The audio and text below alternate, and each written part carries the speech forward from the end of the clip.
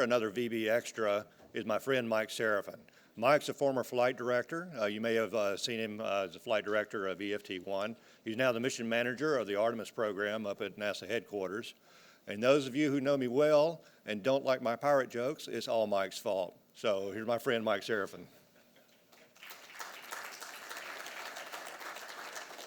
Thank you, Chris. I'm glad that I put those seeds in your head there. Good morning. I'm going to walk you through Artemis I and Artemis II. Yesterday you heard from a panel of our women that are leading in exploration ground systems, in Orion, in SLS, what progress we've made on the rocket, the spacecraft, and the ground systems. I'm going to wrap that all up for you and talk from launch till recovery, how we're going to use that in the context of the mission, and put us on a path to have a human-rated rocket and spacecraft that allows us to set up for Artemis III and accomplish the things that you heard about from the other panel yesterday that was led by Marshall Smith, and get us all the way to the surface of the moon in 2024. So I'm going to focus on Artemis I, Artemis II. This is an opportunity for you guys to ask questions about the mission. I'm going to throw out some facts for you and help educate everybody internally and externally on what our objectives are and how we plan to accomplish those missions. Let's see if we go to the next chart. So this is Artemis I. On day of launch, our launch director and the team at the Kennedy Space Center will have already performed their call to station at about 45 and a half hours prior to launch, and they will activate the ground launch site, the command and control system. They'll power up the rocket, they'll power up the spacecraft, and then about 7 hours prior to launch, they'll begin the cryogenic tanking. That leads us up to the launch event itself, and at T0, the rocket will produce 8.8 million pounds of thrust and lift the Orion spacecraft off the launch pad. We'll launch anywhere within a 2-hour launch window. We have the launch window depends on the day of the month. We have about 16 days per month that we can launch, so about half the month, where we can meet our system and performance constraints. And then head off during that launch window. Again, a maximum of a 2-hour launch window. We'll launch on a easterly trajectory. It does have a variable azimuth, so there's kind of a corridor that we'll launch on. And then about 2 minutes into the flight, the boosters will have expended all of their fuel and will be jettisoned. Those boosters produce 25% more thrust than we used in Space Shuttle. They are derived from Shuttle, but we added a fifth segment. We actually lightened them up about 1,800 pounds by taking out the parachute and recovery-related systems. So those are a more capable booster in terms of thrust. After the booster separation, we'll get to the SM fairing jettison and the launch abort system jettison. We want to make sure that the aero shell outside of the spacecraft that protects the solar rays during the launch phase is safely jettisoned before we jettison the launch abort system. On crew flights, on this flight, the launch abort system is inert in terms of the abort motor, but we have an active jettison motor, so we'll nominally jettison the thing. Hopefully we'll never need to use that abort motor, but we just successfully demonstrated it in July of this year during the Ascent Abort 2 test.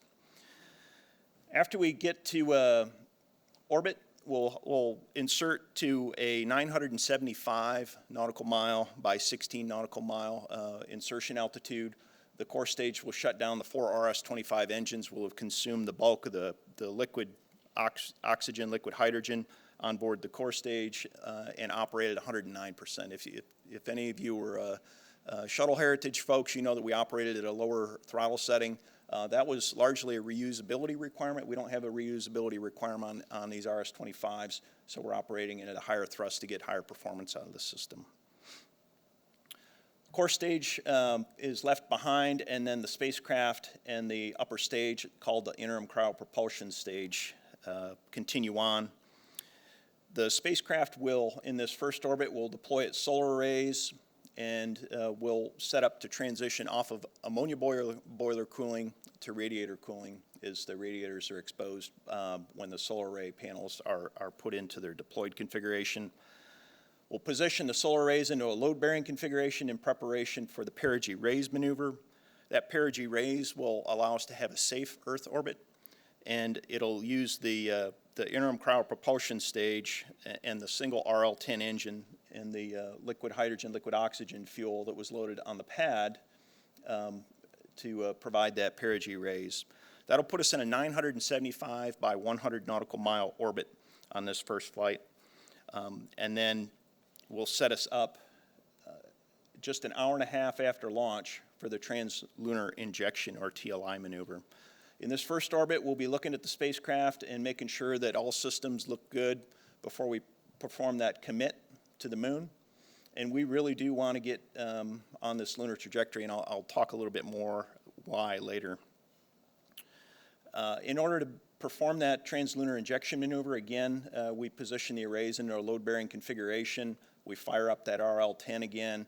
It performs a 20-minute long maneuver and increases the velocity, the speed that a rifle bullet travels, over 4,000 feet per second.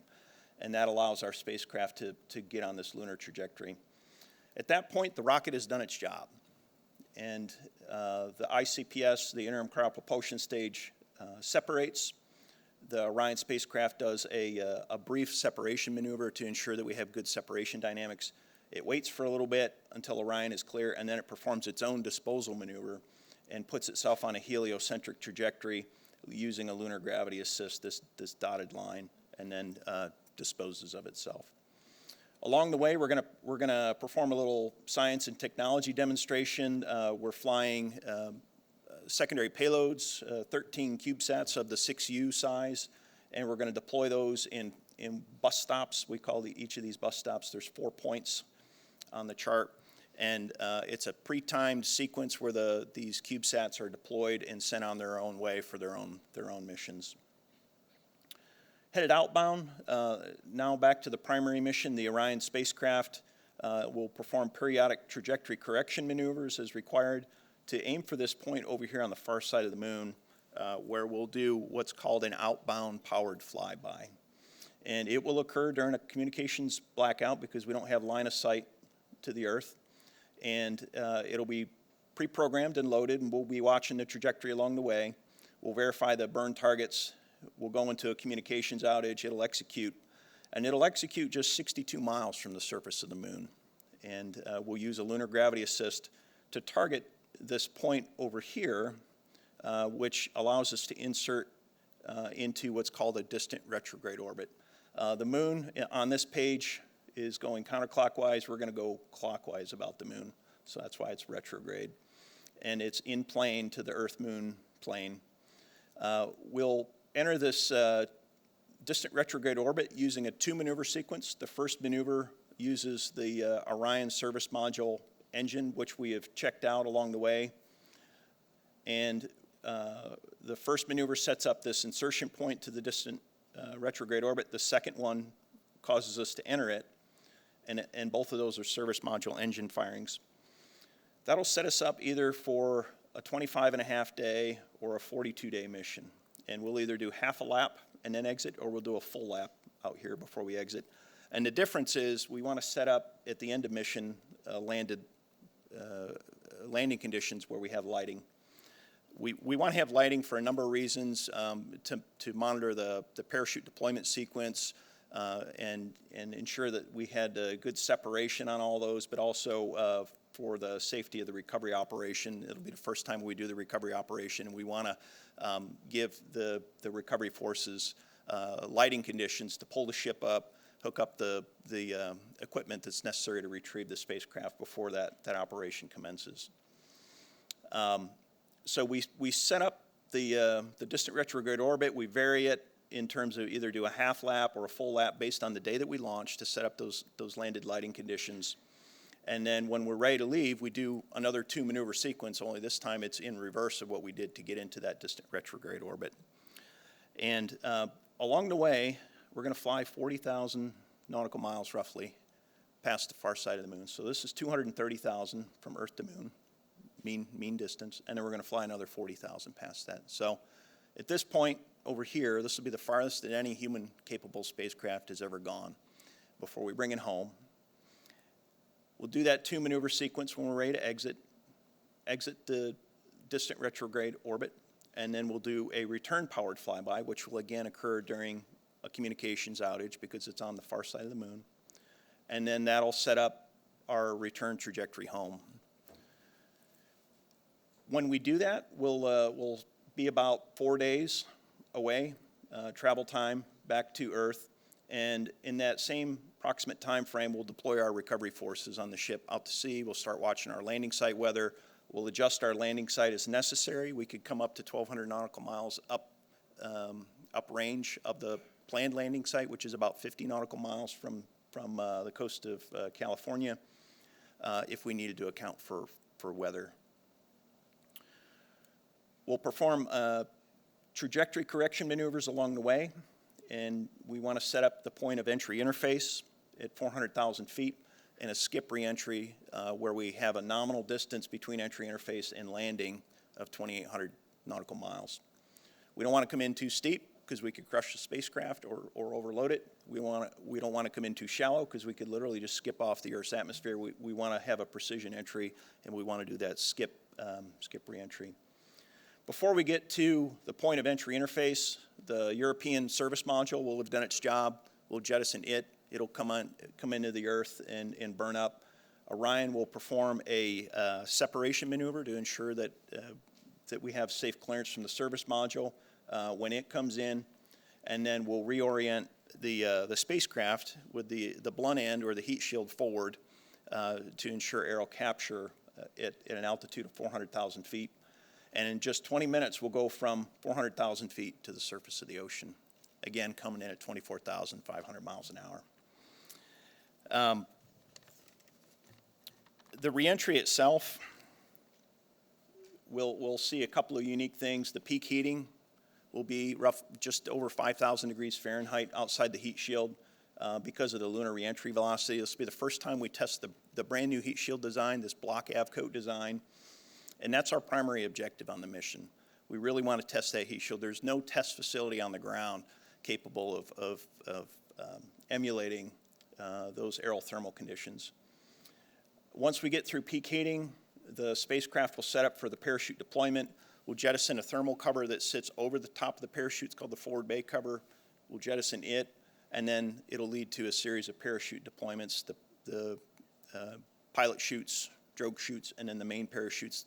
3 main parachutes will be deployed by roughly 8,000 feet of altitude and fully unfurled, and then we'll gently drift down to the surface of the ocean.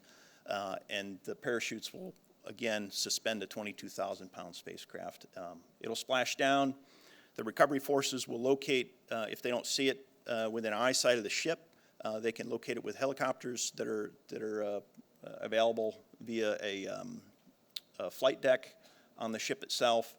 They'll pull the ship over. They'll deploy some small boats from the ship, and after a inspection for any hazards, like is the spacecraft still radiating RF, is the spacecraft safe from a attitude control and a hypergolic system standpoint. When the spacecraft is confirmed safe, they'll approach the spacecraft and they will hook up tending lines and a tow line, pull up the recovery ship, a well deck ship. The well deck will be flooded with water, and they'll tow it in on a tow line, and then once it's past the stern gate, they'll close the stern gate. They'll put it on a recovery fixture, a cradle, and then drain the well deck, and then we'll bring our spacecraft home. So what does all that do for us? If we could go to, this next chart, mission priorities. So what does Artemis I do, and how does it enable us to get to Artemis II? Well, we have 4 priorities. Priority 1 is to get that high-speed reentry. And I'm going to just quickly go down these, but I'll delve into these a little bit more here in a moment. Get that high-speed reentry. Number 2 is demonstrate the spacecraft in that flight environment, the deep space environment where you see extreme cold, you see a higher level of radiation than you see in low Earth orbit, and a number of other factors. We want to retrieve the spacecraft itself because of the data that it contains. And then we've got some bonus objectives here.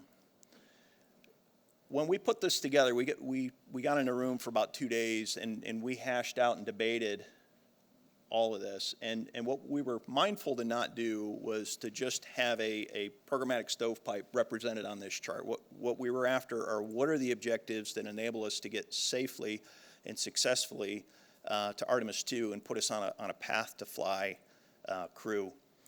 You don't see things about the rocket, you don't see things about the ground system, because you can't accomplish these objectives without them. They're baked into the objectives. In order to get this high-speed reentry at 24,500 miles an hour and to test that heat shield, the rocket has to do its job. The ground system has to do its job. It has to retract the umbilicals to clear the path of the rocket in those first moments at liftoff. And we have to get all the way to that point of translunar injection in order to achieve that high-speed reentry and to really demonstrate that heat shield.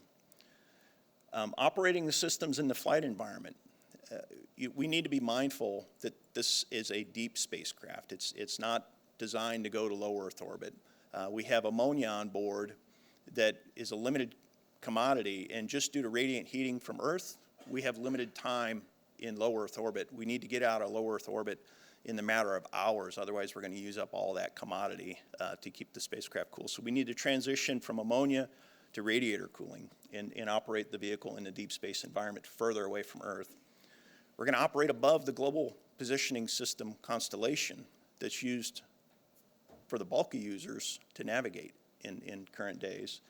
So we're going to navigate using star trackers and optical navigation sensors, and then augment it with the deep space network tracking. We're going to communicate in a realm that typically only the science missions and the interplanetary missions communicate. We're going to use the deep space network to communicate. We're not going to use geosynchronous satellites or the space network to communicate for probably 95% of the mission profile. So there's a lot baked into this, operate the systems in the flight environment that we really want to accomplish. And the more time we have in that flight environment, the more we'll understand about the power and thermal balance and all the other considerations that'll enable future missions to be successful. Retrieving the spacecraft, that's important for 3 reasons. One is, again, we want to get the heat shield back and look at it, touch it, and see what it actually looked like.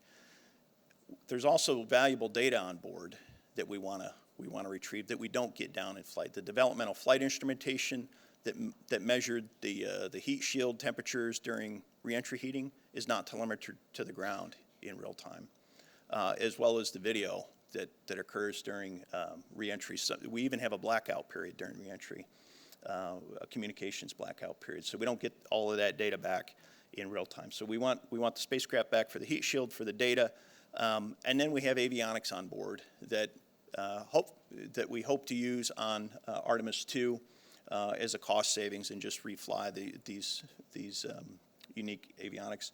The bonus objectives down here, they don't have any meaningful impact to our path to Artemis II, but are important things like conduct the science associated with the secondary payloads, the CubeSats that we deployed. We have radiation monitoring experiments inside the capsule that will help inform what the environment is like for astronauts to fly in future missions.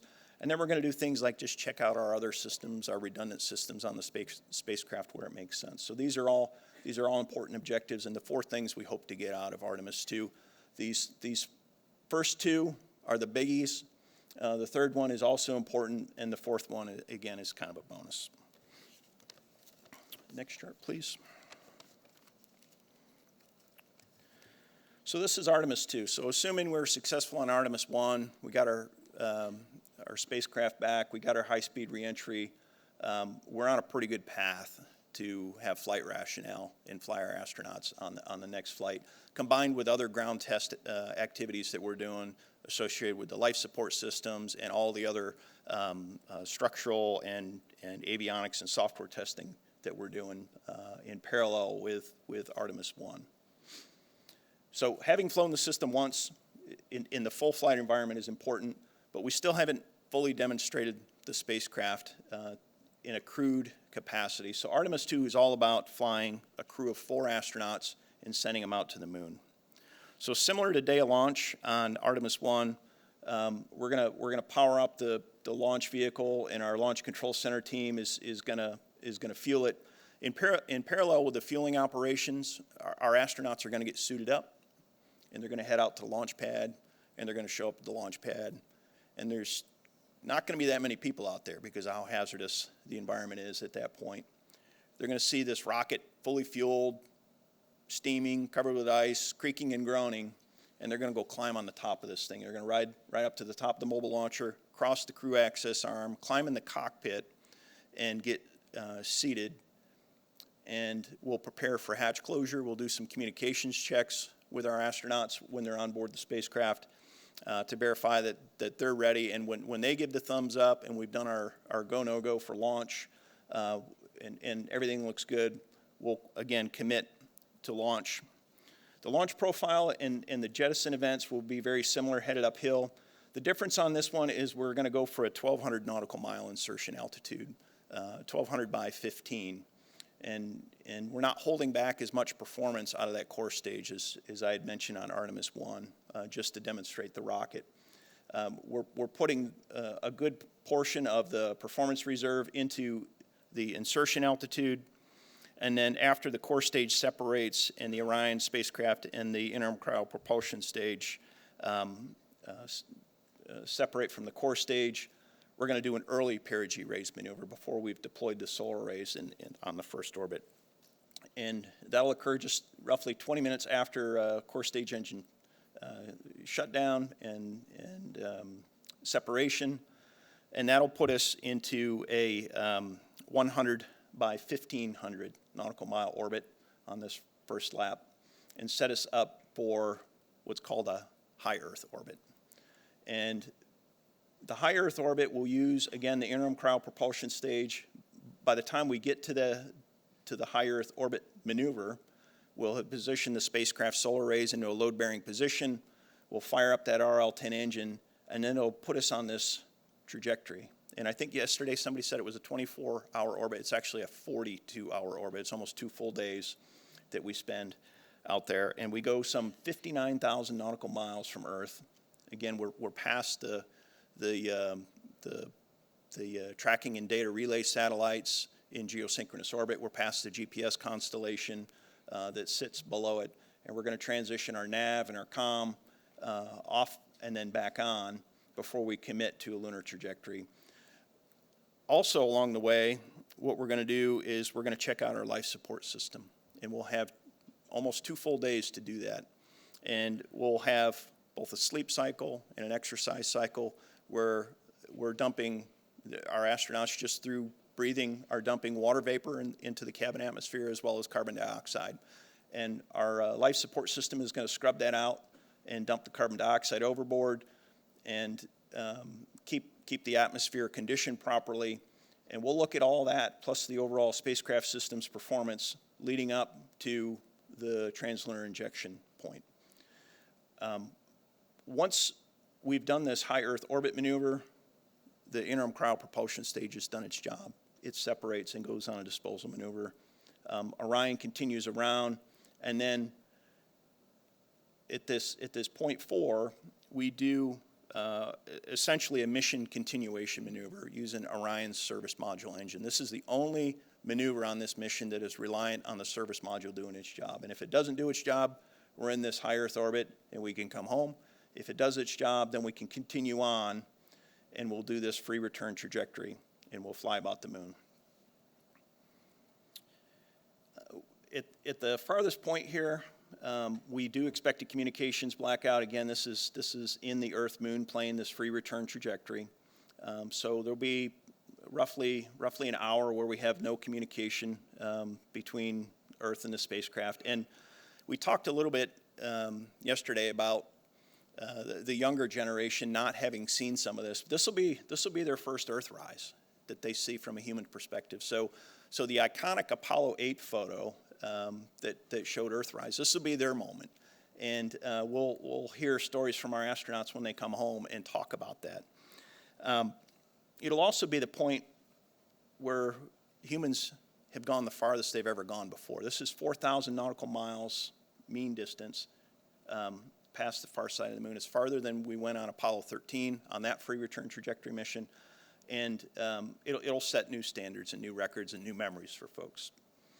We'll bring our astronauts home, and we'll set up, again, a precision reentry, a skip reentry on that reentry corridor. It's about 4 days outbound, about 4 days return, and we'll set up for service module separation, reorient the spacecraft in the direction of the velocity vector.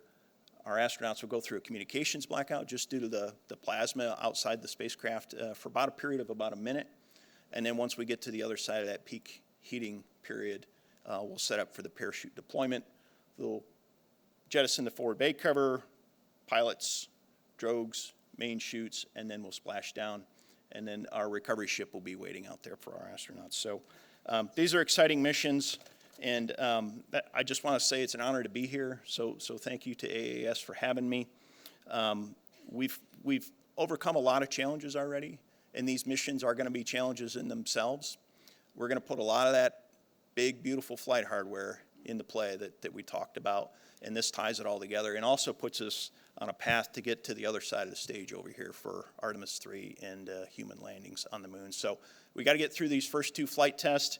And what that'll do for us is it'll enable us to put the first woman and the next man on the surface of the moon.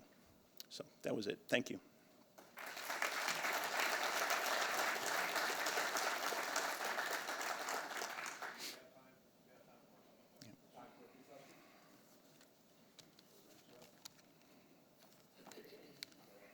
To get the mics up, there we go. Good morning. You talked about this generation having its first Earthrise experience. Does Artemis I or Artemis II plan to live stream its launches from the perspective of the vehicle like we see with SpaceX? When Elon shot his Tesla up into space, there was millions of people on YouTube watching it, and I have a feeling that the public's going to want to do the same thing with this launch. Thank you. Yeah, we're certainly going to have a pretty robust communications and outreach program. Some of that will be from the vehicle itself. Some of that will be from the ground site. Some of that will be from the recovery ship. One of the things that's unique about Orion in particular is it has wingtip cameras. So at the ends of these, I don't even remember, it's like 60-foot long solar array wings. It can look back at itself. So you can kind of do a selfie with the spacecraft and take a look. We are going to position the arrays periodically throughout the mission, and then we're also going to have a technology payload demonstration from inside the cockpit that we're excited about as well. So there's a number of things that are definitely going to provide outreach opportunities and opportunities for folks to follow along, in addition to what you see as kind of a standard public affairs campaign. Hey, Mike, good morning. A quick question for you on contingency planning. If there is some, again, cause unknown, massive failure of the European service module, can you describe some of the contingency plans that are in place for when the astronauts are out there? Are we still in a helpless kind of situation as we were with Apollo 13? Yeah, so we have a pretty robust operations team and operations planning effort between the Flight Operations Directorate in Houston and then the Exploration Ground Systems team that are responsible for launch and recovery at the Cape. And we do work through contingency scenarios all the way from the launch pad all the way to splashdown. Some of those take into account the service module, some of those take into account the rocket. If we don't get to our full translunar injection conditions, what could we get out of the mission from a useful flight demonstration standpoint? And we're well into those planning efforts. We're not done with them yet, but for Artemis I, we've got plans if the rocket doesn't get us all the way to translunar injection. We got plans if the spacecraft has issues, either prior to translunar injection or after. And then we have what we call alternate missions, which allow us to have off ramps if we need them along the way for any purpose. So we expect to do something very similar on Artemis II. We haven't gotten that far into our off-nominal mission planning, but we do know what the nominal mission is, and we're going to build all the off-ramps off of that. I would expect them to look similar to what we're already doing on Artemis Good morning, Mike. Dan Masnick, NASA Langley. I know there's some payload experiments to understand the radiation exposure of the crew in Artemis I. Are there any other human analog to understand the conditions the crew experienced on Artemis II being planned for Artemis I? Right now, we haven't gotten to the point where we're doing secondary payloads or kind of science experiments in the cockpit on Artemis II. That's certainly in the space of things we'll consider now that we have our nominal mission potted. We are going to be more volume constrained on Artemis II. You know, having to fly crew, you got to fly clothes, food, water, all these things in the cockpit. So we've actually got more flexibility on Artemis I in terms of stowage volume than we'll have on future missions. But we've got a little bit of work ahead of us. We'll use whatever spare volume and spare mass we have available as much as we can within the time available to do those types of things. We just haven't committed to anything yet. Human proxies to understand the environmental effects of them? Yeah, I don't know if we're going to carry I would expect us to carry dosimeters on the astronauts that fly. I don't know that for a fact. I could follow up with you through our health and human performance folks if you like after this. What kind of science are you expecting to get back from the trip to the moon? And are you going to be bringing back things from the moon? I heard part of that question. What kind of science do we expect to get back from? From the trip to the moon, and are you going to be bringing anything back? For Artemis I and Artemis II, they are not surface missions, but we do expect to get scientific data. One of the things that we're flying on Artemis I is a space biology pathfinder. It's a kit that has some organisms in it, and we're gonna fly those in the deep space radiation environment and understand what the effects are. We will bring those home. We also have as was alluded to earlier, a radiation protection vest. It's called MARE. It's a joint venture between the Israeli Space Agency and the German Space Agency, and it'll be put on a mannequin that'll measure the ability to protect the human torso and vital organs in the deep space environment. We have radiation dosimeters mounted in the cabin as part of an agreement with the European Space Agency. Some of those are active, some of those are passive, and then at the end of the flight, we'll get all that data back from a scientific standpoint. Okay, thank you, Mike. Let's give Mike a big hand.